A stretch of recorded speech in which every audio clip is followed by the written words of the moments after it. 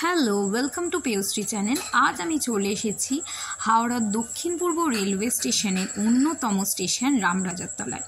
কথিত আছে সাঁতরাগাছির জমিদার অযোধ্যারাম চৌধুরী প্রথম স্বপ্নাদেশে এই রাম সীতাকে দেখেন এবং তারপর থেকেই এই রাম পুজো শুরু হয়। তৎকালীন সময়ে সাঁতরাগাছিতে সরস্বতী পুজো ব্যতীত অন্য কোনো পুজো হওয়া সম্ভব ছিল না। এই কারণে ব্রাহ্মণরা ভীষণভাবে রাগারাগি শুরু করে। পরে অবশ্য এইসব মিটমাট করে সরস্বতীর পুজোর দিনই একটি বাগান থেকে এই রাম সীতার জন্য বিগ্রহের জন্য যে কাঠ নিয়ে এসে কাটা হয় এবং তারপরই এই রাম পুজো শুরু হয়।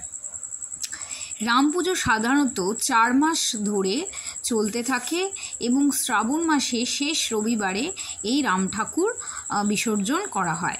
এই রাম পুজোকে কেন্দ্র করে এখানে বিরাট বড় এক মেলা তৈরি হয় এবং সেখানে নানা ধরনের জিনিসপত্র, নানা খেলনা এবং নানা ধরনের ঠাকুরের সরঞ্জাম, এছাড়া নানা ধরনের জিনিসপত্র এখানে পাওয়া যায় এবং বেশ একটা সুন্দর রমরমা ধরনের একটা আয়োজন শুরু হয়।